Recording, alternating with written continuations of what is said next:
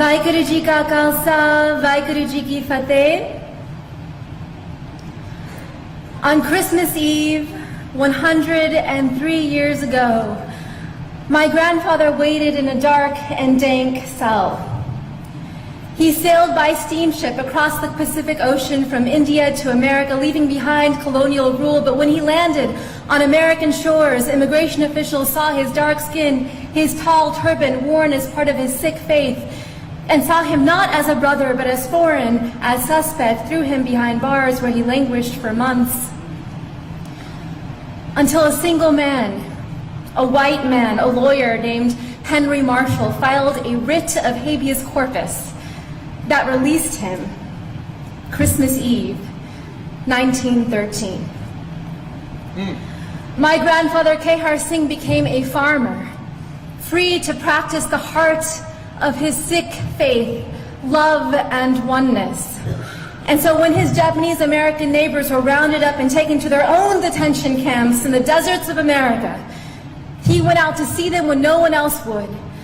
He looked after their farms until they returned home. He refused to stand down. That's right.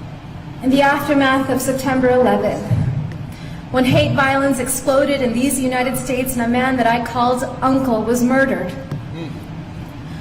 I tried to stand up.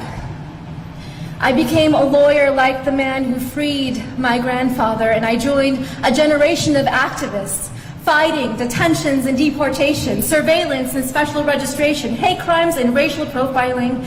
And after 15 years, with every film, with every lawsuit, with every campaign, I thought we were making the nation safer for the next generation. Mama. And then my son was born.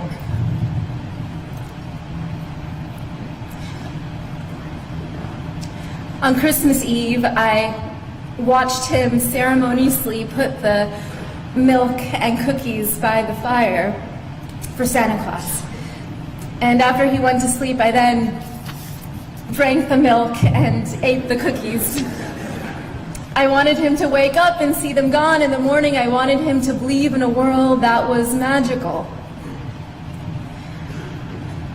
But I am leaving my son a world that is more dangerous than the one that I was given. Because we are raising a brown boy in America. A brown boy who may someday wear a turban as part of his faith. And in America today, as we enter an era of enormous rage, as white nationalists hail this moment as their great awakening, as hate acts against Sikhs and our Muslim brothers and sisters are at an all-time high, I know that there will be moments, whether on the streets or in the schoolyard, where my son will be seen as foreign, as suspect, as a terrorist. Just as black bodies are still seen as criminal. Brown bodies are still seen as illegal. Trans bodies are still seen as immoral. Indigenous bodies are still seen as savage. The bodies of women and girls seen as someone else's property. And when we see these bodies not as brothers and sisters, then it becomes easier to bully them, to rape them, to allow policies that neglect them, that incarcerate them, that kill them. Yes, Rabbi. The future is dark. On this New Year's Eve, this watch night, I close my eyes and I see the darkness of my grandfather's cell, and I can feel the spirit of ever-rising optimism in the Sikh tradition, Chardi Kala, within him. And so the mother in me asks, what if? What if this darkness is not the darkness of the tomb, but the darkness of the womb? What if our America...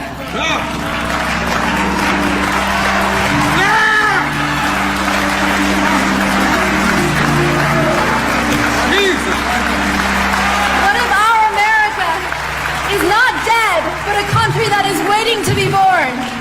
What if the story of America is one long labor? What if all of our grandfathers or grandmothers are standing standing behind us now, those who survived occupation and genocide, slavery and Jim Crow, detentions and political assault, what if they're whispering in our ear today, tonight, you are brave? What if this is our nation's great transition?